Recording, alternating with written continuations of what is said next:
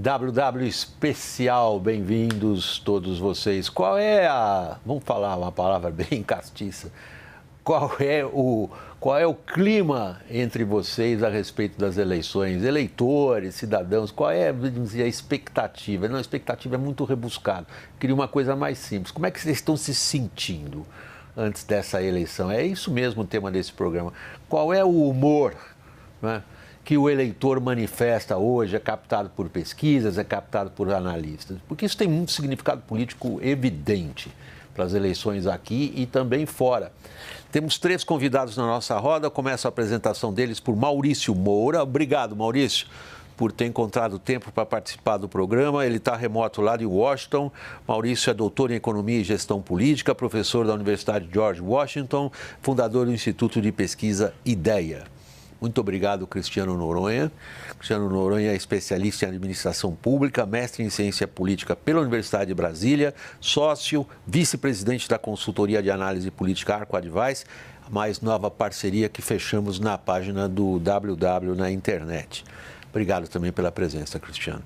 E conosco também Rafael Cortes. Muito obrigado, Rafael, está aqui conosco na Avenida Paulista.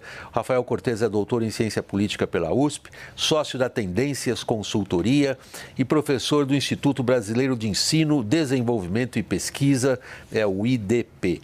Maurício, quando a gente fala aqui em português, como fala em português, você é brasileiro, eu estou aqui, olha só.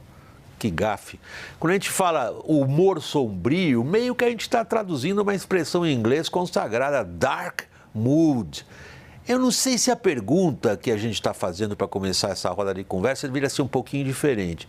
O humor sombrio, não. Quão sombrio é o humor do eleitorado hoje? Vale para aí e vale para cá. Bom, obrigado pelo convite. É um prazer estar aqui com os colegas aqui. Bom, em primeiro lugar, é importante, vamos falar de Brasil, né? Depois eu posso falar um pouco dos Estados Unidos. A gente tem uma pergunta que eu procuro fazer em ano de eleição, principalmente ano de eleição nacional, que se vota para presidente, para governador, para o Congresso. Quão animados as pessoas estão, os eleitores estão para a eleição, né?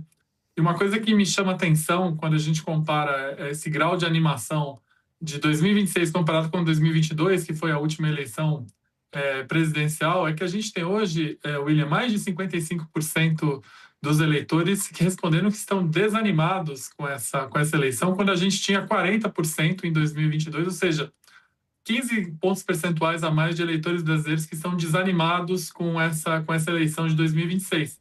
E, obviamente, quando a gente tenta ir na segunda derivada das razões do desânimo, é uma combinação de um governo que hoje tem um grau de aprovação em todas as pesquisas desaprovação maior do que a aprovação, e, obviamente, uma sensação de que a escolha que vai ser realizada, principalmente na eleição presidencial, vai ser uma escolha, de alguma maneira, muito semelhante a 2022, onde a gente teve uma batalha de rejeições, né?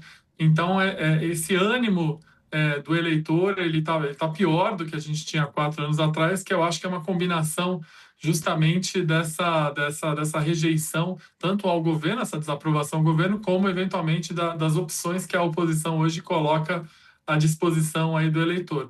Aí, só para complementar os Estados Unidos, a gente também tem um aumento aqui dos eleitores americanos que dizem que são independentes, né? Que nos Estados Unidos, quando você se registra para votar, você tem que dizer se você é republicano, democrata ou independente. Então, a gente nunca teve um percentual de independentes passando de 40% das pessoas que hoje se declaram independentes nos Estados Unidos. E quando a gente roda qualquer tipo de pesquisa em relação ao ânimo das pessoas em relação à política, a gente nunca viu um número tão baixo. E, obviamente, isso se deve a também um grau de polarização muito grande entre democratas e republicanos, e é uma sensação também de que seja um republicano, seja um democrata no poder, tanto no Congresso quanto na Casa Branca, as coisas andam mal. Então, nesse aspecto, a gente está vivendo um período de desânimo, tanto no Brasil quanto nos Estados Unidos. Como é que você descreveria essa atmosfera entre o eleitorado, Cristiano? É de descrença, William, porque quando você olha também é reflexo disso, as pessoas não estão percebendo que nenhuma das decisões que estão sendo tomadas, né, elas estão causando mudança significativa nas suas vidas, né? Então, o eleitor também tem muita preocupação com a questão da segurança pública, que é um medo que ele sofre diariamente. E um outro problema que a população acaba apontando é o problema da corrupção, que está pegando gregos e troianos, né? Tá pegando, não tem, vamos dizer assim, preferência ideológica, né? Começam a surgir fatos que vão respingando em várias candidaturas. E combinado a isso, você tem uma descrença também nas próprias instituições. Os institutos de pesquisa estão mostrando que as instituições brasileiras, o índice de desaprovação delas, de todos, dos três poderes, né, executivo, legislativo e judiciário, supera a casa dos 50%. Tem também um índice de desaprovação muito alto. Então, isso é muito ruim. E aí, você, quando pergunta também para as pessoas em relação ao futuro, o sentimento que as pessoas têm é de medo, o sentimento que as pessoas têm é de preocupação com a economia, e o ambiente externo também acaba não ajudando, porque, inclusive, vindo dos Estados Unidos determinados movimentos, que eles vão aumentando uma incerteza muito grande perante a população inteira. Então, as pessoas agora na guerra, por exemplo, você viu o preço dos combustíveis disparar. Então, as pessoas ficam numa incerteza muito grande de saber o que vai acontecer, países aí sendo, enfim, atacados e tudo mais. Então, as pessoas, o sentimento geral é muito de insegurança. As pessoas não sabem efetivamente o que vai acontecer e não veem uma luz no fim do túnel, algum candidato que eventualmente, ou algum movimento que seja de pacificar esse clima. Pelo contrário, a gente está vendo muito mais embates e o confronto aumentando. E esse confronto a gente tem visto em várias eleições passadas e muito provavelmente isso vai se repetir nessa. O que significa, se você se associa a essa descrição também, Rafael, independentemente disso, o que significa que uma eleição, usar a sua expressão, não é, do ponto de vista do eleitorado, hoje uma luz no fim do túnel, é mais um problema? Certamente, acho que mais um problema, né? Acho que um passo atrás, em termos de diagnóstico desse humor do eleitorado que você perguntou, para depois fazer a conexão do qual o elemento que está faltando, né, para que a eleição se torne uma eleição que dê alguma luz para onde o Brasil vai, se a gente pensar em outras democracias, para onde as democracias estão caminhando. Eu diria que é uma situação difícil de ser resolvida, porque ela é uma combinação, William, de uma dimensão econômica, que, se a gente quiser, pode até remontar aos tempos da pandemia e todos os desdobramentos em termos de aumento de custo de vida, por exemplo, que ainda não foram devidamente retomados no patamar normal, né? A gente tem hoje um nível de preço muito alto que remonta a quase que o desmanche das cadeias de produção, enfim, um choque muito forte que ainda deixa marcas nos sistemas econômicos e, portanto, na percepção de bem-estar social dos indivíduos, seja nos Estados Unidos, por exemplo, que tem um debate de que as pessoas simplesmente pararam de buscar trabalho, seja aqui no Brasil, que a gente ainda se sente muito inseguro em relação à economia, mesmo se eu pegar o mercado de trabalho e renda crescendo. Então, tem uma dimensão econômica. A dimensão política talvez ainda é mais desafiadora, porque não só os partidos políticos, que historicamente não tem propriamente uma popularidade muito alta, né, um nível de confiança alto na sociedade, ela percebe também que outras instituições que no passado se imaginavam ser instituições que tinham algum poder de arbitrar ou de, entre aspas, de salvar a lavoura, qualquer coisa do tipo, judiciário, Forças Armadas, elas também são objeto de muita crítica hoje e tendência histórica de rejeição. Então, por qualquer caminho que a gente olhe, seja pelas alternativas políticas, seja por essa percepção de insegurança quase que ainda muito estrutural, é muito difícil imaginar que o pleito de 26, que tem essas características, como o Maurício mencionou, e o Cristiano também, em alguma medida, na sua resposta, de ser uma repetição da disputa de 22, só troca o candidato, né? Sai Jair Bolsonaro, entra o filho Flávio Bolsonaro. É básico, como é que a gente vai imaginar que uma eleição que repete discurso, repete candidatos, repete nomes, vai servir como alguma saída para enfrentar esses dilemas que a gente está conversando. Maurício, não vou fazer uma regressão histórica longa, não, para ilustrar o meu raciocínio, que é a seguinte. Em várias situações, no Brasil ou fora do Brasil, grandes crises econômicas, ou não o caso do Brasil, mas em outros países, conflitos militares, levaram a alterações profundas na percepção que o eleitor tem do mundo à volta dele. Se a gente olhar os números, no caso do Brasil, os números da economia, claro, podiam ser melhores, não é isso que eu estou discutindo aqui, mas não são exatamente catastróficos. Pelo menos os números brutos ali, colocados ali. Não estou falando da tendência deles. Se a gente colocar no caso do Brasil também, não é um país ameaçado por nada, nós não temos nenhum vizinho querendo tomar um pedaço nosso. Isso não é muito comum, hein? A gente tem uma situação privilegiada nesse sentido.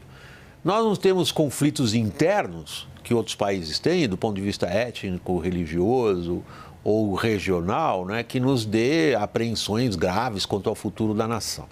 Então, o que a gente tem que levar em conta para tentar explicar essa atmosfera que vocês três descreveram praticamente em uníssono, unanimidade entre vocês, que é uma atmosfera pesada, desânimo, desconfiança, pouca vontade, achando que as coisas não mudam? É exclusivamente uma questão política da qual nós estamos tratando?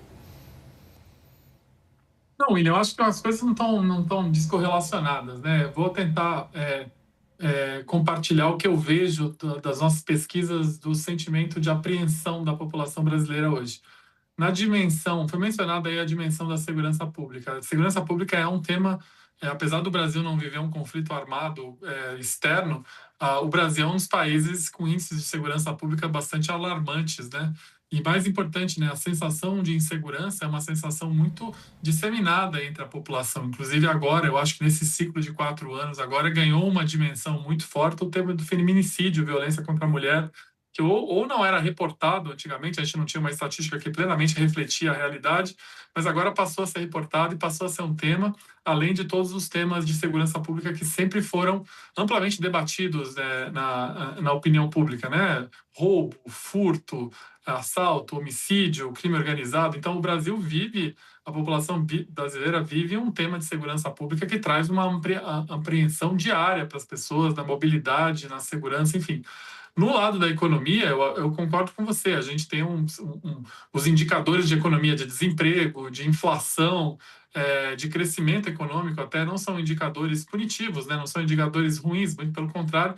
Por outro lado, a gente vive uma questão no Brasil, que até de alguma maneira tem um paralelo com os Estados Unidos, que é a questão do custo de vida, né? Que é a palavra agora que está na moda. Quando eu fiz faculdade de economia não existia essa palavra, agora existe affordability, né? Capacidade de arcar com os custos de vida. Então, as pessoas hoje no Brasil estão mais endividadas, elas até têm trabalho, têm renda, mas a renda ela não comporta os gastos e os custos de vida, principalmente nas regiões metropolitanas do país. E, obviamente, que esse endividamento, essa incapacidade de arcar com os custos da sua rotina, da sua vida, trazem um grau de apreensão enorme, né? E, além disso, William, só para completar aqui, a gente tem uma nova geração, né? Uma juventude que, obviamente, no Brasil não tem as mesmas condições que a geração anterior teve no seguinte sentido. A gente veio de uma geração dos anos 90, dos anos 2000, que claramente o Brasil melhorou de vida em diversos aspectos, no aspecto de saúde, no aspecto de economia, no aspecto até de educação. E essa geração que está vindo agora está com muito mais dificuldade de traduzir, por exemplo, anos de educação em renda, de conseguir uma capacidade de geração de renda que faça com que a sua vida seja melhor ou igual à da geração anterior. Então, essa combinação de apreensões, obviamente, que está ligada com a política, porque eles veem na política não resolvendo esses problemas, e isso vai se traduzir no sentimento que eles vão para a urna agora em 26, né? O que isso significa do ponto de vista de engajamento político? Em sociedades abertas, a gente pode criticar o que quiser no nosso Estado democrático de direito, uns vão dizer que não é, que é ditadura, enfim. Para quem viveu ditadura como eu vivi, a gente está longe dela, embora tenha enormes defeitos na nossa democracia. Eu continuo descrevendo como um sistema aberto. Em sistemas abertos, as respostas têm que vir da política, tem que vir do voto, do compromisso, da negociação. Isso, aparentemente, o eleitorado absolutamente não acha possível. Não acha, e você percebe, por exemplo, houve até na última eleição um chamamento, por exemplo, até para o jovem participar mais. né? E houve essa resposta. O jovem, naquele momento, talvez, o que talvez a gente tenha de diferença da última eleição para essa foi até o engajamento das pessoas que estavam ali, ou uns querendo a troca do presidente, outros querendo a permanência, mas você ainda via ali o embate. Mas hoje, William, você não vê mais esse engajamento. Então, um sentimento de frustração, né? Como foi falado aqui, as pessoas, a geração dos anos 90 e de 2000, elas tiveram esse acesso, elas não conseguem transformar isso numa perspectiva melhor de vida. E o que vem aí? O sentimento de frustração. É o desemprego do diplomado, né? Exatamente. Aí o sujeito começa ele não entra na estatística do emprego porque ele está no subemprego, eventualmente lidando com a economia informal, mas esse desemprego, ele está também baixo quando a gente olha, são por N razões que não apenas pelo fato de a gente ter uma economia pujante, uma economia que está efetivamente gerando emprego de qualidade, né?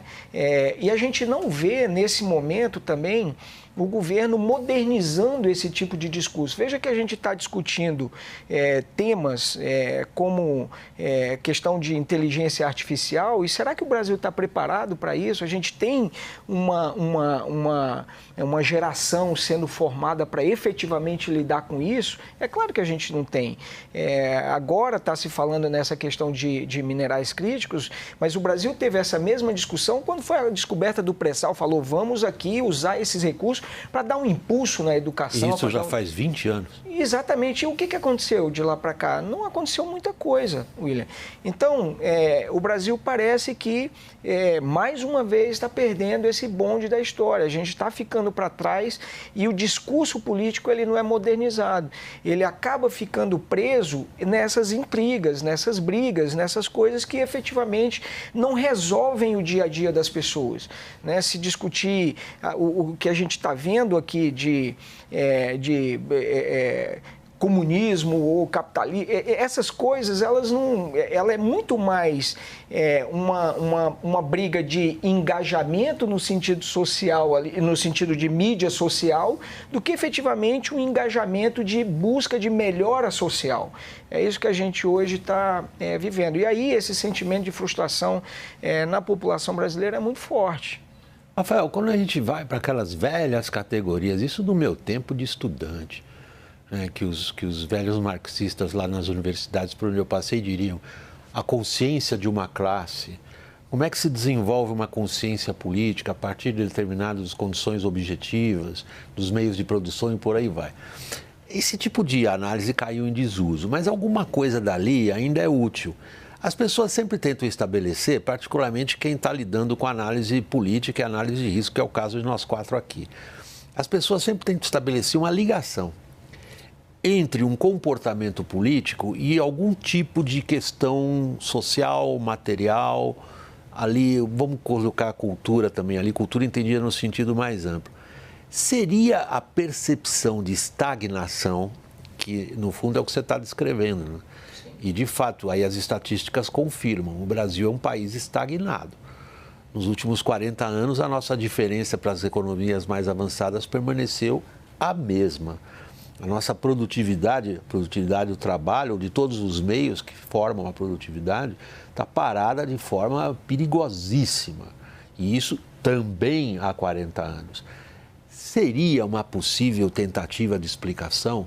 No fundo, o eleitorado, a grande massa das pessoas, sente a estagnação, embora nem saiba o que a palavra signifique, e a partir daí demonstra esse comportamento, porque o desânimo é um comportamento. Você sabe, William, eu até estava pensando em fazer, acho que foi bom esse ponto, porque acho que no Brasil a gente se acostumou durante um longo período a trazer um olhar muito voltado para as regras do jogo, um olhar meio institucionalista, né? E aí dava a sensação de que o Brasil caminharia aí por um período de estabilidade democrática, com crescimento econômico. As instituições estão funcionando. Isso, né? Quantas vezes a gente não fez esse tipo de discussão? Então, acho que esse foco nas regras do jogo, deixando de lado esse ponto que você trouxe, que é a estrutura material, as condições materiais, não necessariamente nos termos marxistas tradicionais, mas de alguma maneira das bases materiais desses conflitos, né? Não é por um acaso que a sociedade hoje é dividida e ela percebe as coisas de maneira muito diferentes. Então, acho que tem um ponto, sim, que é importante, que ainda não foi traduzida para a arena política, por atores percebidos como legítimos, democráticos, enfim. Essa mudança estrutural que a sociedade brasileira passou. Muito embora em termos agregados dessa sensação de que nós estamos estagnados, mas a composição da sociedade é uma composição muito diferente. Então, se a gente pensar nos termos clássicos, né, a gente tem hoje uma sociedade pós-industrial, né? Todo mundo chamou atenção, os economistas, para o processo de desindustrialização supostamente precoce. Isso tem uma dimensão social. Os números mostram isso. O emprego hoje está nos serviços, não? Está no serviço. E esse deslocamento do emprego para o serviço, ele tem uma dimensão política, né? que é procurar novas agendas para dialogar como é que a gente pensa o trabalho. Esse é um tema super comum, porque é um trabalho diferente, entre aspas, é um trabalho remoto. Hoje é um trabalho que é mais difícil da classe trabalhadora se unificar, porque ela não é percebida como uma classe. Dado que hoje ela está trabalhando de casa, ela decide se ela vai ou se ela não vai, ou que horas ela vai fazer ou não vai fazer. Ou tem muito mais autonomia, obviamente não decide assim, livremente, né? Informado por algum tipo de constrangimento. Mas é diferente de você estar num chão de fábrica que tem um sindicato que é a organização que te representa e dá essa sensação que você mencionou. É o que o Lula viveu 45 anos atrás. E que explica muito bem uma parte da explicação do crescimento do PT ao longo a partir dos anos 80, vamos colocar assim. Então, eu acho que olhando essa relação do material com o político, eu acho que tem sim esse componente que a gente ainda não encontrou.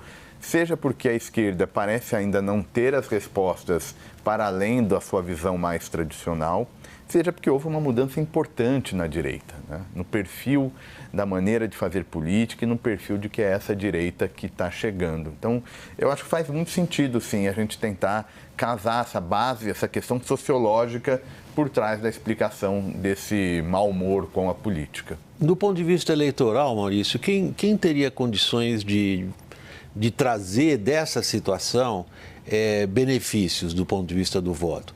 Eu sei que a pergunta demanda um pouco de tempo para você responder. Para não te interromper, eu vou chamar o intervalo e retomo o programa daqui um instantinho, passando a palavra a você. É rápido, pessoal, estamos esperando vocês de volta. Até já.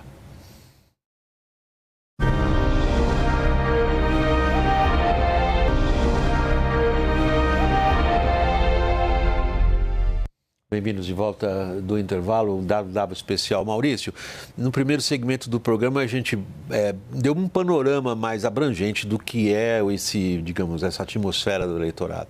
Agora, se a gente começa a olhar para as consequências disso, uma das primeiras perguntas é tentar estabelecer qual corrente política, qual grupo, partido ou personalidade, como você preferir, surge capaz de capturar essa atmosfera em benefício próprio. Bom, William, é super interessante isso no Brasil, né?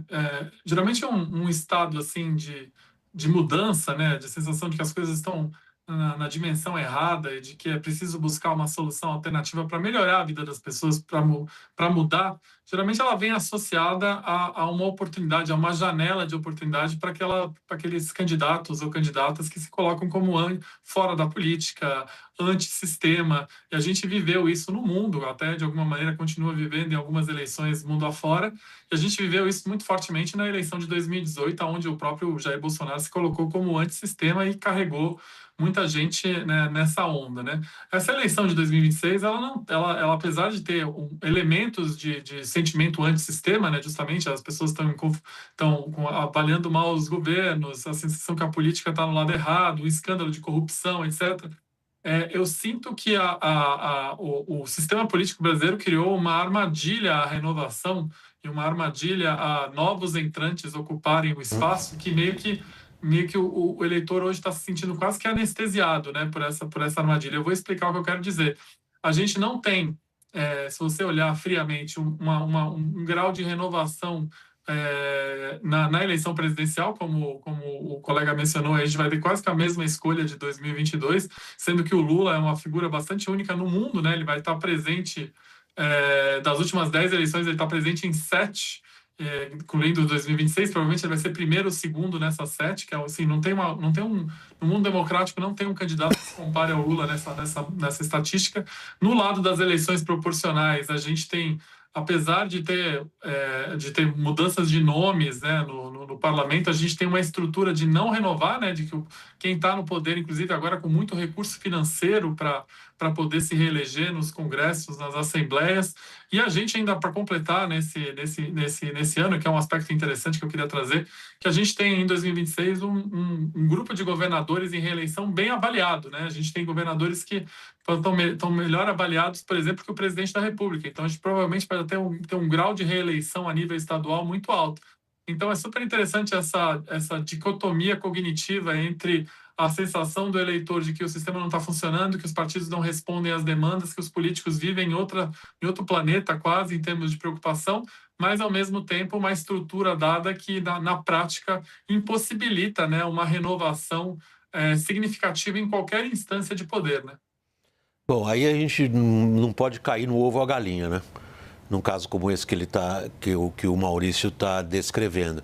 Quem é o culpado disso? Qual é a causa disso? A causa disso é a atmosfera eleitoral ou é a armadilha do sistema político? Me parece que os dois caminham juntos, meio que eles se, digamos, dão os braços e aceleram algo que, se vai a extremo, digamos, ponto, destrói o sistema político. Porque é uma crise de representatividade insuperável, é uma descrença no funcionamento do sistema político também insuperável, reforçado porque o sistema político, por tudo isso, também não funciona. William, é interessante porque a gente olha, ao longo do tempo, o nível de abstenção e de não comparecimento das urnas no Brasil tem aumentado. Está quase um terço. Isso fica muito claro que as pessoas estão desencantando. Por mais que as pessoas queiram renovação, mas elas se sentem frustradas, elas sentem que o problema dela não é endereçado. E as regras também, elas são criadas que favorecem muito a reeleição, inclusive, dificulta muito a renovação. Se você olhar, por exemplo, historicamente, 98, 94, 2014, 2022, o presidente da República melhorou consideravelmente seus índices de popularidade. Por quê? Porque ele gastou muito dinheiro. A gente está vendo isso agora. Somatório de gastos do governo, medidas eleitorais para o governo, já ultrapassa 200 bi. Então, no Brasil, você tem um índice de reeleição nos poderes executivos estaduais e municipais elevadíssimo. Para deputado, para senador, a mesma coisa. E mesmo quando você vê uma renovação, William, é também do mesmo grupo, né? Aí fala-se, vamos criar... Agora, veio quando o financiamento privado de campanha foi absolutamente condenado, disse, não, a solução é o financiamento público. Isso criou ainda mais dificuldade, porque você cria um partido, ele inicialmente ele não tem mais acesso a essa montanha de recursos, que é quase 6 bilhões de reais aí para dividir entre os partidos e fazer campanha. Como é que você tem essa... E esse dinheiro, ele é dividido, compartilhado entre as candidaturas, conforme quem decide, as lideranças partidárias. Então, não é um sistema que permite a renovação, não é um sistema que abre essa possibilidade de renovação para oxigenar, né? Então, ela é um sistema que vai criando mecanismos de defesa e quando se ataca de um lado, vem uma solução do outro lado, para esse sistema ir se perpetuando. Então, é de fato uma armadilha que a gente se encontra hoje, né? É uma boa pergunta, é uma excelente provocação que você está fazendo, da gente pensar a nossa realidade pelo seguinte.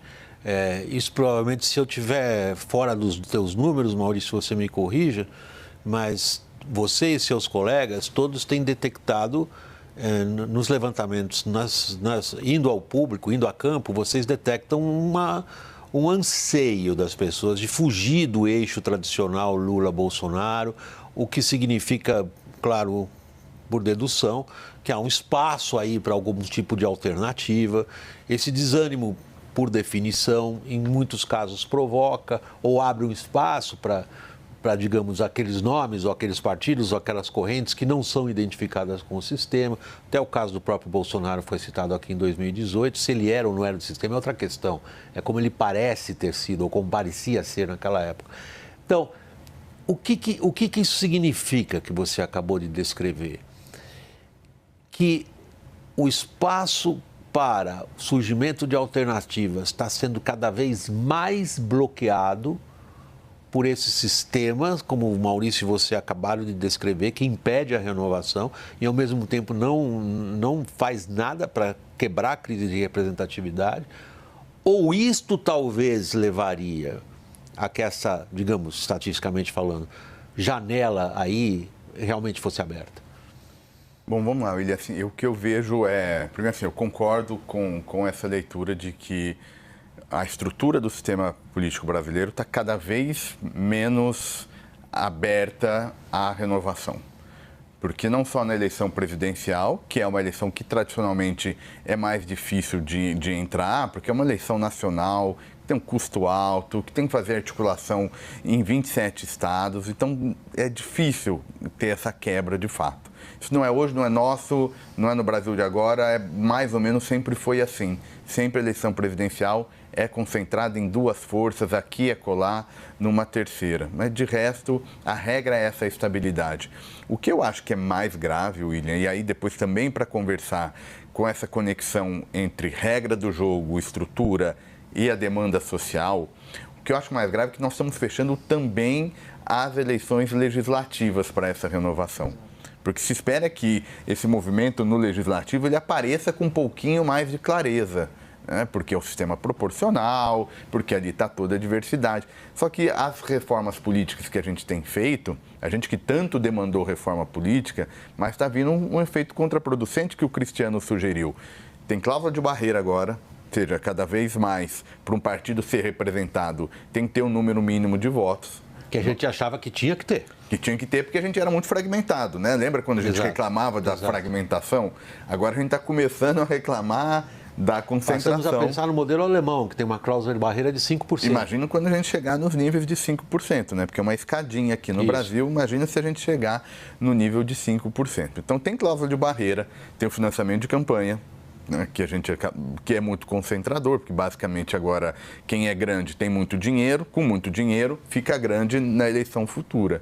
Então eu acho que isso é preocupante. E para trazer, digamos, a cereja do bolo desse momento meio pessimista, né? Daqui a pouco a gente precisa encontrar alguma luz no fim. Eu acho que essas categorias ajudam pouquíssimo, otimista ou pessimista. Eu acho que o fundamental é saber se a gente é capaz de captar e interpretar os dados da realidade, um dado da realidade. E acho que aí a coisa mais perversa de tudo isso é a dimensão da rede social. Assim, rede social não é um instrumento que opera numa lógica de pluralidade, numa lógica de respeito à diferença, de construção de acordos. Qualquer expressão que a gente usa para a política pelo contrário, moderna, né, Rafa? Ela incita muito mais a divisão e conflito. A lógica de funcionamento dela. Se espera que partidos venham a público convençam a gente de que determinada plataforma é boa, convençam a gente de que determinada política é justa do ponto de vista social. Essa é uma das tarefas da elite política. A rede social e a política por rede social, ela é o contrário. Ela é nichada, ela é exagerada, ela é radicalizada, ela fala... Para cada público, a gente consegue construir hoje uma mensagem. Como é que você vai ter essa percepção de construção, de acordo, de ponte, de renovação? Então, assim, é difícil escapar de uma leitura... Sim, por outro lado, são as redes sociais que abrem caminho para candidaturas, digamos, alternativas, certo? Perfeito. Por exemplo, no caso do Brasil agora, a gente tem organizações partidárias do tipo tradicional, certo, Maurício? Com seus operadores tidos como caciques de partidos estabelecidos. É difícil, nas definições convencionais de visões ideológicas, encontrar muito no Brasil o critério para classificar alguém de direita, de esquerda ou de centro. Na verdade, os portugueses têm uma expressão maravilhosa no sistema político deles, que é a geringonça. é uma mistureba. No Brasil, do ponto de vista ideológico, é dificílimo você encaixar alguém nos preceitos clássicos. Mas não é disso que se trata. O que se trata é da atuação desses grupos políticos organizados.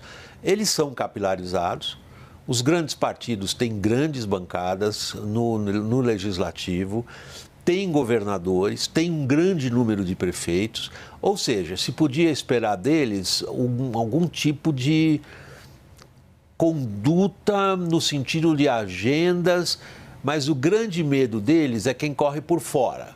Então, no caso do Brasil, por exemplo, muitas vezes a gente ouve a gritaria nas redes sociais. Vocês não estão falando do candidato tal, que está performando super bem nas redes sociais.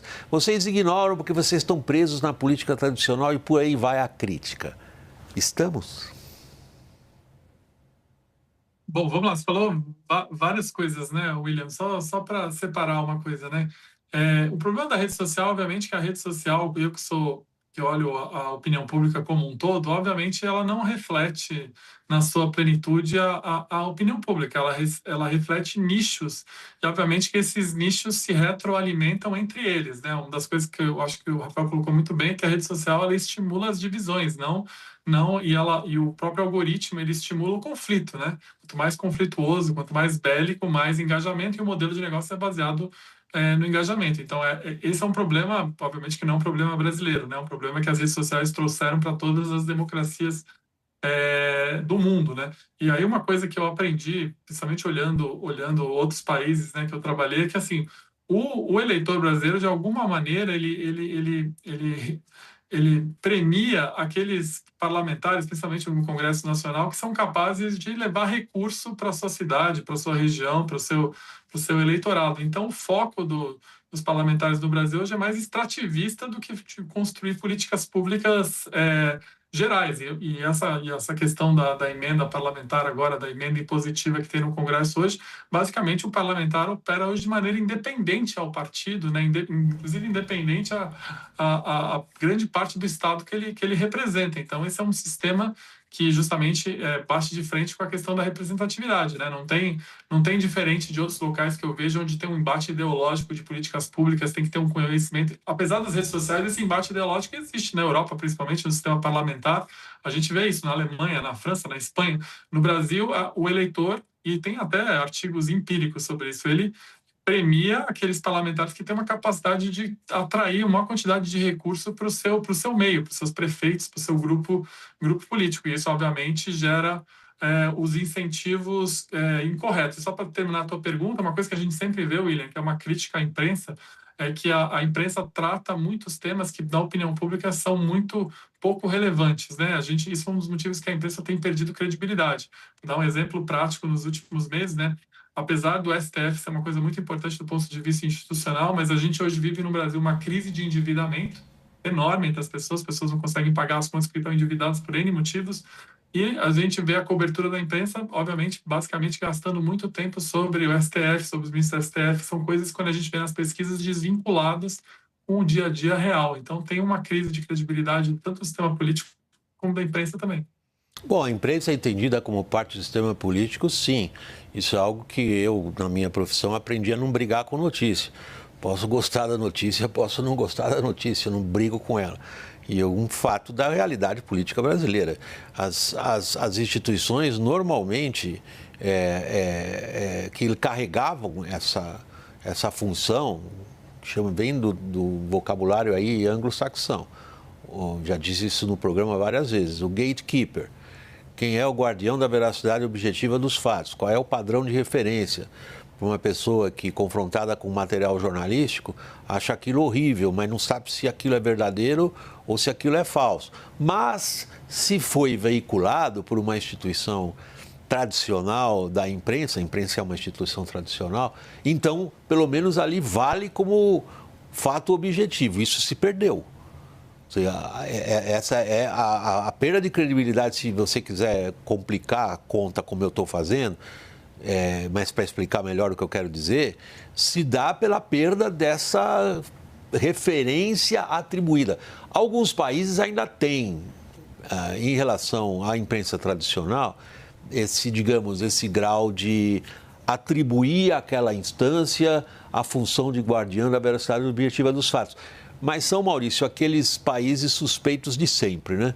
Escandinávia, Holanda, Alemanha, mas também Espanha, França, Itália, que são países muito próximos a nós culturalmente. Agora, no Brasil, não. Isso aí é inegável. A credibilidade da imprensa como instituição despencou. Embora boa parte do tráfego nas redes sociais se origine de material que vem da imprensa. É uma relação muito mais complicada do que o simplista afirmação, desde que tem as redes sociais não precisamos mais da imprensa. Não, ao contrário. Nós estamos vendo isso agora no caso da investigação do escândalo Master. Mas voltando à questão do papel das redes sociais. O papel das redes sociais é quase tema de milhares de doutorados. No caso específico do Brasil, Cristiano, as redes sociais estão abrindo uma brecha para candidatos de fora ou não há chance?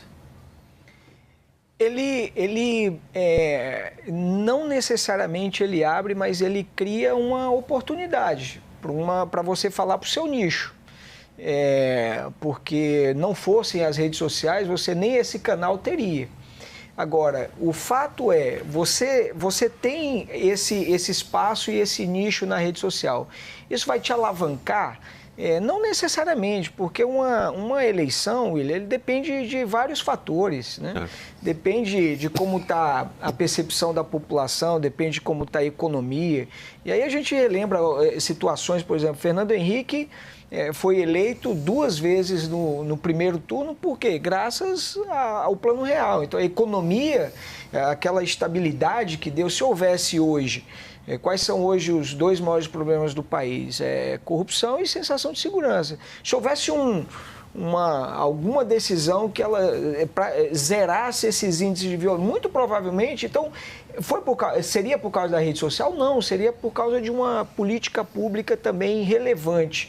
Então, acho que a mídia social, a rede social, ela pode criar uma oportunidade, mas ela não é um único fator. Mas no nosso panorama atual, você acha que ela está atuando nessa direção de abrir uma porta, por exemplo, para um candidato que não venha dos partidos tradicionais? Eu não acredito que ela esteja fazendo isso. Ela, na verdade, na minha avaliação, ele está criando até... a nossa Constituição fala em harmonia entre os poderes. Ela está criando uma certa desarmonia. Porque hoje, você vê agora parlamentares que vão participando de votações, eles estão muito mais preocupados em exibir aquilo como uma... Hoje você vê... para fazer corte e mostrar lá para a turma. Para fazer na mídia social. Hoje o governo, ele governa olhando... os trackings, a pesquisa de popularidade, para mostrar isso também nas mídias sociais. Se acontece um desgaste com um aliado, rapidamente isso vira um post no Instagram, num X, por exemplo. Então, as mídias sociais, elas, de certa forma, elas estão sendo utilizadas para você se confrontar ainda mais com o teu adversário. E, nesse sentido, ela está desagregando muito essa relação entre os poderes, na minha avaliação, né? E é óbvio que você abre um espaço para que... porque a mídia social, ela é uma oportunidade de você ganhar visibilidade. A gente, de repente, abre a influencer, você nem sabia quem era, mas o sujeito tem lá 10 milhões de seguidores, 50 milhões de seguidores. Se uma pessoa dessa se eventualmente se candidata, é óbvio que ela pode ser eleita a um cargo, por exemplo, proporcional, seja deputado estadual, vereador, por exemplo, e tudo mais. Agora, isso necessariamente é bom? Isso vai fazer com que essa pessoa efetivamente implemente... Não, ela foi eleita por um nicho. E ela foi eleita por outras, não por grandes virtudes, né? Então, isso, para mim, ela dá uma possibilidade, mas ela não depende apenas disso, entendeu? Rafael, a gente está indo caminhando para tentar estabelecer, a partir do nosso início de conversa, como que tudo isso mexe na eleição. Nós estamos falando, evidentemente, de um acontecimento que eu imagino, até espero, que mexa com mais do que nós, jornalistas, analistas políticos e com o público em geral, que é um momento considerado bastante decisivo, eu não gosto muito da palavra, mais importante do ponto de vista do desenvolvimento da política brasileira. Em que medida ou quem se vira melhor, para usar uma linguagem bem clara, nesse tipo de ambiente que nós estamos vendo agora, levando em conta os atuais contendores? Eu vou chamar um intervalo e retomo o programa contigo daqui a um instantinho. Até já, pessoal, é rápido.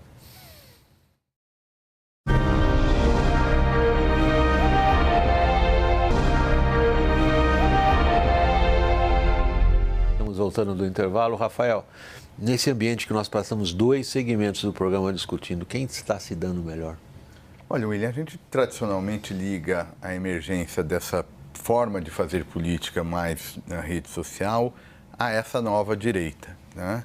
Então, em tese, esse ponto de partida melhor é para essa nova direita, o que ajuda a explicar por que os partidos que estão realmente perdendo são os partidos daquela direita tradicional. Me refiro não só ao Brasil, era o PSDB para dar um exemplo desse movimento, mas se a gente olha em outras democracias do mundo, é a CDU, são na Alemanha, que estão sendo comidos, entre aspas, por essas novas legendas que emergem no campo da direita. Mas, obviamente, há uma tendência em algum momento desse conhecimento, desse ferramental de como gerar capital político pelas redes sociais, que isso vai se disseminando. Você fez uma pergunta também que eu acho que é importante, tem a ver com essa resposta de quem ganha, né? E se as eleições, e se o ambiente brasileiro vai trazer essa renovação, pensando nas redes sociais. E vou usar, já que hoje a gente está recuperando os conceitos clássicos, uma ideia de... lembrando deles. Lembrando deles, de um termo que é a socialização política, né? Essa nova geração, por que eu sou cético que isso vai gerar? Porque essa é uma nova geração que socializa politicamente com essa forma de fazer política que o Cristiano aqui mencionou, né? Então, eu não vejo a rede social alavancando esses nomes. O que eu vejo como porta de abertura para essa renovação? Acho que a gente está numa fase de transição da cúpula, da elite política, né? No PT, se o presidente Lula conseguir a reeleição, provavelmente é o último mandato. Então, no campo da esquerda, vai se abrir naturalmente uma discussão de se vai ter sucessor, se não vai ser dentro do PT, vai ter alguma outra força. Então, acho que tem ali um respiro, uma possibilidade de alguma coisa nova aparecer. E no campo da direita, se a gente imaginar nesse cenário que a gente está construindo hipoteticamente, que o presidente Lula se reelege, o que vai acontecer com esse capital político bolsonarista? Então, tem uma disputa dentro da direita também que a gente ainda não sabe onde vai parar. Então, eu acho que é disso que vem a oportunidade de a gente ter nas eleições de 2030, no caso das nacionais, alguma coisa um pouco diferente, quem sabe inaugurando... 2026, então, por dedução, não, 26, você está tirando fora. Para 26 eu não vejo, acho que vejo com muito ceticismo a possibilidade que a gente tenha alguma coisa nova. Mas talvez ela gere um pouco ali, alguém saia melhor da terceira via e aí tem um ponto de partida para o futuro. Aliás, a expressão que todo mundo aboliu, hein? A terceira via? Agora a palavra é alternativa.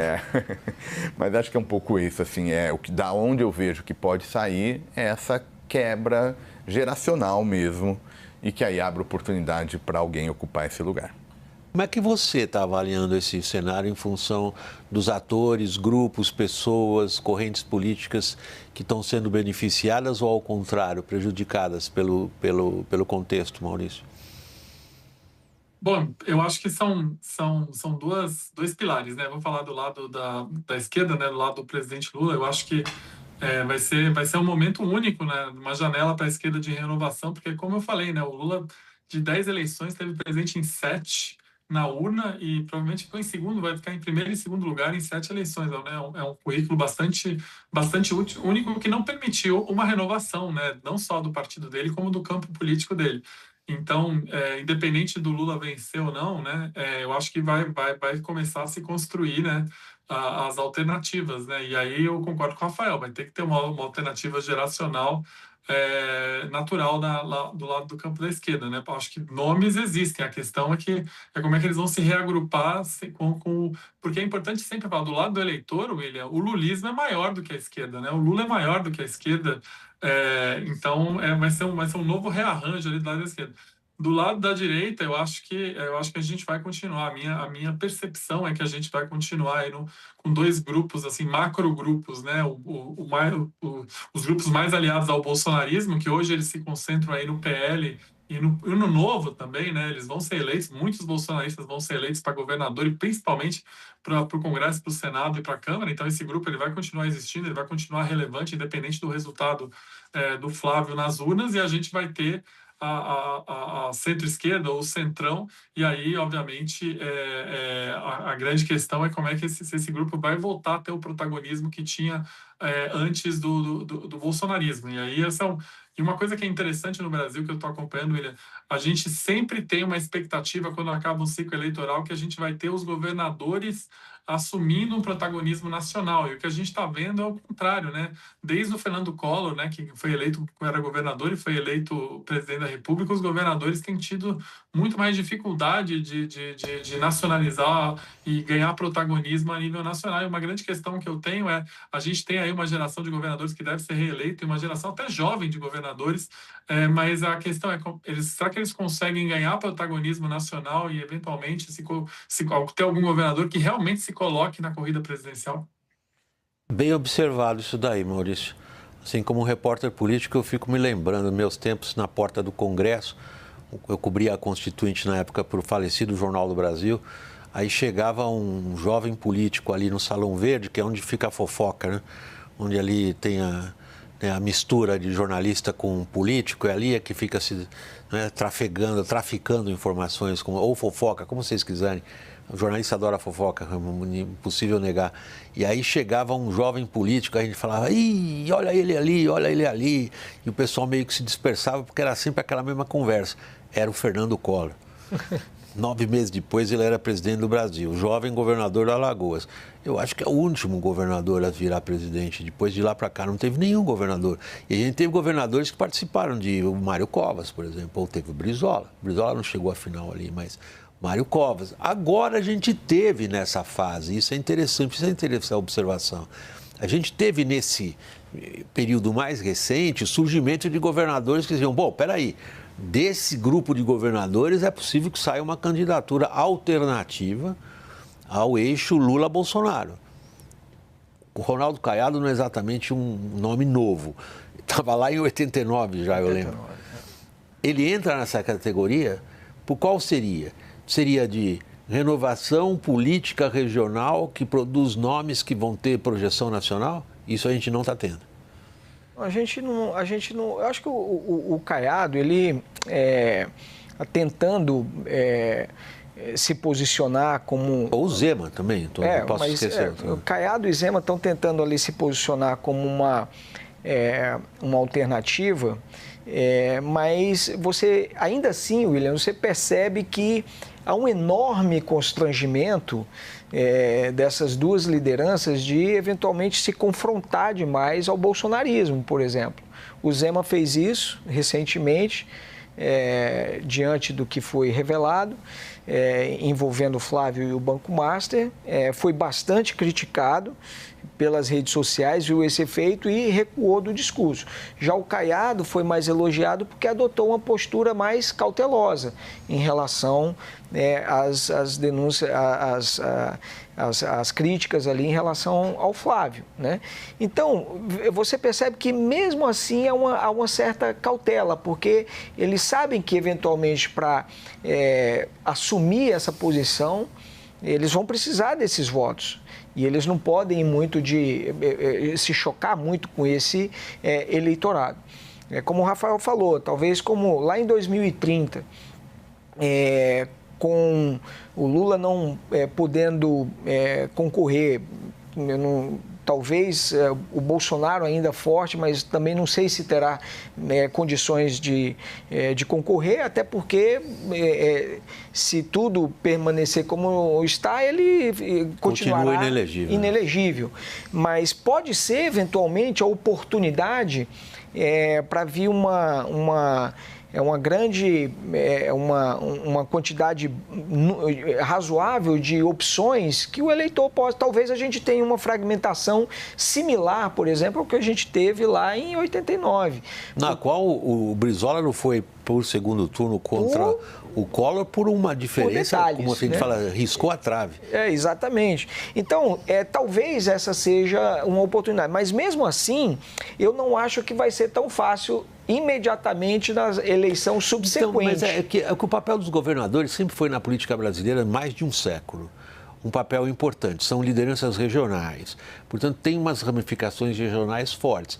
A gente vê que nesse começo de campanha, começo de eleição, enfim, 2026, surge um grupo de nomes de governadores. Afunilou.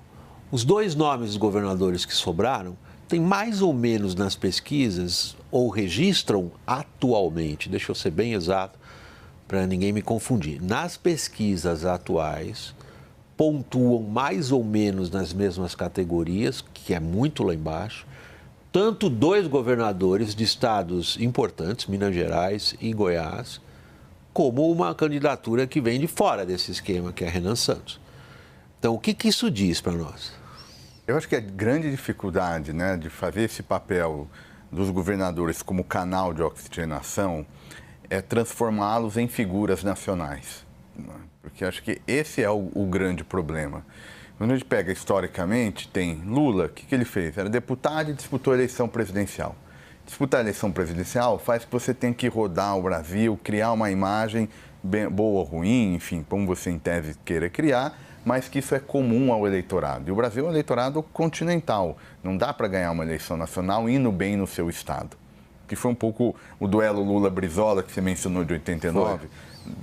Basicamente, a votação do Brizola é Rio e Rio Grande do Sul, naquela eleição de 89. Então, é difícil criar esse personagem. Por isso que eu sou cético com os governadores, e, sobretudo, Caiado e Zema, porque eles não foram nomes que estão ligados a uma ideia de centro, independente de ser difícil de dizer o que é centro, mas são nomes que têm vínculos com o bolsonarismo. Então, são nomes próximos a essa direita. Como é que você quer buscar renovação se você lança candidatos que, na verdade, estão próximos do espectro político? Por incrível que pareça, acho que o Renan Santos é que tem a oportunidade de ter um capital político diferente. Por estar desvinculado dessas correntes. Desvinculado por ter um discurso que, como já é digitalizado, não é restrito ao mercado A, ao mercado B. A fala dele é uma fala ampla, né, para quem apoia ou quem critica, de uma forma ampla. Então, por incrível que pareça, entre esses nomes, e eu digo incrível que pareça por conta da estrutura partidária, nós estamos falando do Caiado concorrendo pelo PSD, partido super importante do sistema que elegeu o maior número de prefeitos na última eleição. Obrigado pela lembrança. É nesse sentido que é um espanto, porque seria uma eleição... Se bem que assumindo que os prefeitos cumpram ordens, né? Exatamente. Mas, de todo modo, tem essa característica. Então, acho eu que esse perfil, até olhando agora para 26, que poderia ter algum destaque. Mas, ainda assim, acho que longe de conseguir quebrar essa estrutura mais cristalizada que parece se anunciar na disputa de 2026. Nós vamos para uma disputa completamente cristalizada, Maurício? Se a gente tiver esses nomes que estão postos aí, sem dúvida, William. E eu tenho uma hipótese que, inclusive, remando um pouco contra a maré, William, que a gente pode ter uma eleição, dado o xadrez continue o mesmo aí, com uma boa chance de acabar no primeiro turno, porque do lado da esquerda, o Lula não vai ter concorrência no primeiro turno, que, de alguma maneira, ameaça significativamente os votos do PT. Ele teve concorrência do Garotinho em 2002, da Heloísa Helena, que teve 7,5% dos votos em 2006, da Marina, né, que roubou o voto do PT em 2010 e 2014. Em 2018 e 2022, o Ciro, até em 2022, a Simone, roubaram o voto do Lula. Ele não vai ter isso agora. Então, ele vai estar muito próximo. A votação dele de primeiro e segundo turno, o mercado dele de primeiro e segundo turno é muito similar. Do lado da direita, assim, uma das coisas que eu acredito muito, William, é o que eu chamo de antipetismo de chegada, que é o fenômeno que, na reta final do primeiro turno, os eleitores se aglutinam em torno do candidato que tem maior probabilidade de ganhar do Lula. Isso aconteceu, do Lula ou do PT. Isso aconteceu com a Aécio em 2014 e aconteceu muito com o Bolsonaro em 18 e 22.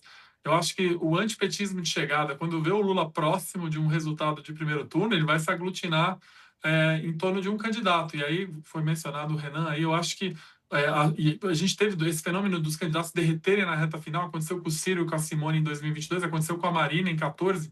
Eu acho que tem grande chance de acontecer um derretimento de Zema e Caiado na reta final por esse antipetismo de chegada, justamente pelo que o Rafael falou, essa falta de diferenciação entre eles e um candidato bolsonarista. E nesse aspecto, o potencial eleitor do Renan, e tudo bem, ele tem 2%, 3%, 4% de na pesquisa, eu acho que esse cara é menos sucinto a esse antipetismo de chegada do que o eleitor aí que é de hoje, né, nas pesquisas do Zema e do Caiado. Então não se surpreenda, William, se a gente acabar a eleição no primeiro turno. O que aconteceu, William, pegando um gancho que o Maurício falou, o que aconteceu nas últimas eleições, onde o Lula foi candidato, o Lula acabou tendo menos votos do que as pesquisas indicavam, talvez por esse antipetismo de chegada, então o Lula teve menos votos. E os adversários do Lula tiveram mais votos do que as pesquisas indicavam. Okay. Então acabou isso acontecendo nas últimas nas 3 eleições que o Lula acabou participando. Então isso pode reforçar a tese, sim, de haver segundo turno, porque pode o Lula de haver ou de não haver? De haver 2 turnos, né? Okay. E o outro ponto é que a hipótese do Maurício é que possa ser resolvido no primeiro por conta do fracionamento. E quando a gente olha para as eleições, o Lula tem menos votos do que ele efetivamente teve. E outro ponto por isso foi feito uma crítica até ao Nordeste, que houve uma mobilização muito grande, por exemplo, na última eleição de 2022, mas o índice de abstenção e de não comparecimento na região Norte e Nordeste é maior por conta da dificuldade de locomoção, enfim, de todos os problemas ali que o Norte e o Nordeste enfrenta. Então, o índice de não comparecimento é muito grande. E isso acaba, obviamente, pode prejudicar, eventualmente, esse desfecho já também na eleição em primeiro turno. Mas aí acho que tem um ponto... Espera só um segundo, deixa o Maurício. Maurício, prossiga. Não, esse ponto que o Cristiano trouxe é muito importante. Em primeiro lugar, que a abstenção sempre prejudicou o PT, porque a abstenção é mais concentrada na baixa renda e baixa escolaridade. Isso é um dos motivos, inclusive, que o PT nunca ganhou uma eleição no primeiro turno. Eu acho assim, é importante dizer, se a gente tiver abstenção, se a gente tiver uma eleição muito ruim para as pessoas, uma eleição de troca de ataques, isso pode ter um efeito na abstenção no branco e nulo, que obviamente muda a matemática dos votos válidos. Eu acho que o que é diferente nessa eleição é que a gente tem nenhuma opção da esquerda em relação ao Lula no primeiro turno e poucas opções da direita, poucas opções diferenciadas na direita. Mas essa questão da abstenção é muito ruim para o PT, porque o PT, esse voto do Lula é um voto popular e esse é o pessoal que menos aparece para votar. Eu acho que por isso a chave aqui para esse desafio primeiro ou segundo turno, que a gente está conversando, passa por uma discussão conjuntural, que é o efeito dos áudios vazados, enfim, do Flávio Bolsonaro com o Daniel Vorkari. E no seguinte sentido, porque se eventualmente esse mal-estar permanecer, for mais do que um movimento conjuntural, isso pode trazer um perfil diferente para essa abstenção que o Maurício mencionou, né? De que mais forte em baixa renda e concentrado na região norte e nordeste. Porque pode trazer aí uma abstenção que, em tese, era alguém do antipetismo que iria abocanhar. Mas aí vem uma desilusão tão grande que esse eleitor já abstém no primeiro turno e não no segundo. E aí prejudica exatamente... E aí, eventualmente, se aproxima o Lula, né, ou aproximaria quem estivesse na frente no quadro de primeiro turno. Então, acho que essa é uma novidade que pode ter a ver com essa questão conjuntural do caso Master e nos seus desdobramentos políticos. Aí está o ponto, Cristiano, que a gente precisa tentar entender. Se é conjuntural o que foi registrado em relação à candidatura do Flávio Bolsonaro ou se isso carrega na sua análise. Se isso carrega na sua análise mais peso em termos de durabilidade ao longo da linha do tempo. Isso é mais conjuntural, ele vai depender muito do que vai acontecer daqui para frente, né? O Flávio já teve que acabar voltando atrás em algumas situações, né? Mas as investigações estão avançando. Se eventualmente aparecer algo de diferente do que contradiga o que ele já mencionou, isso para ele pode se tornar estrutural. Existem hoje 3 correntes dentro do PL e daqueles que ainda apoiam a candidatura do Flávio. Uma corrente que é minoritária, que defende a substituição já, porque acha que o Flávio pode ter uma posição garantida no segundo turno, mas no segundo turno ele perderia, então que defende a substituição já.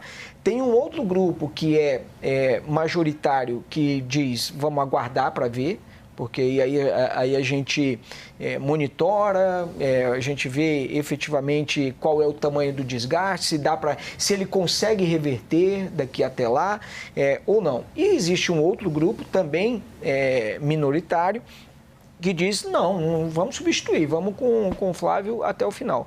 No final das contas, quem vai decidir isso efetivamente é o Jair Bolsonaro. É o dono do capital político. A priori, eu vejo que o Jair Bolsonaro, dificilmente ele queira abandonar a mão do filho imediatamente na primeira grande crise que aparece, vai sustentar. E o Bolsonaro, a gente sabe que ele tem uma dificuldade de transferir esse capital político para alguém que ele não sabe se realmente a pessoa vai seguir com ele depois disso. E aí, conseguiu, e agora? O que você vai fazer com esse capital político? Você vai fazer o que eu quero? Você vai seguir, ou vai, né, ou eu vou cair no esquecimento. Então, a preocupação no day after dessa vamos supor, dessa outra alternativa ganhar a eleição, isso é o que prejudica o Jair Bolsonaro. Mas acredito que isso é conjuntural e por isso esse campo majoritário no PL que quer aguardar para ver qual é o tamanho da dimensão, hoje é majoritária e por isso o Flávio deve continuar como candidato, pelo menos até o período lá de convenção partidária. Bom, Maurício, eu tenho que encerrar o programa. Pelo jeito, a gente está chegando ao final do programa com, digamos, que pode ficar velho, que a gente está falando aqui rapidamente, do jeito que as coisas andam no Brasil. Mas a gente fez um apanhado geral de um assunto que eu acho que mexe com todo mundo, vai continuar mexendo. Queria agradecer muito a você, Maurício Moura, doutor em Economia e Gestão Política, pela participação remota aí de Washington. Muito obrigado. Agradeço aqui o nosso parceiro de conteúdo aqui no WW, Cristiano Noronha, a presença aqui no estúdio. Ao Rafael Cortes, igualmente, meu muito obrigado, Rafael, pela presença aqui conosco. Meus agradecimentos especialmente a você que nos acompanha. Até a próxima, pessoal.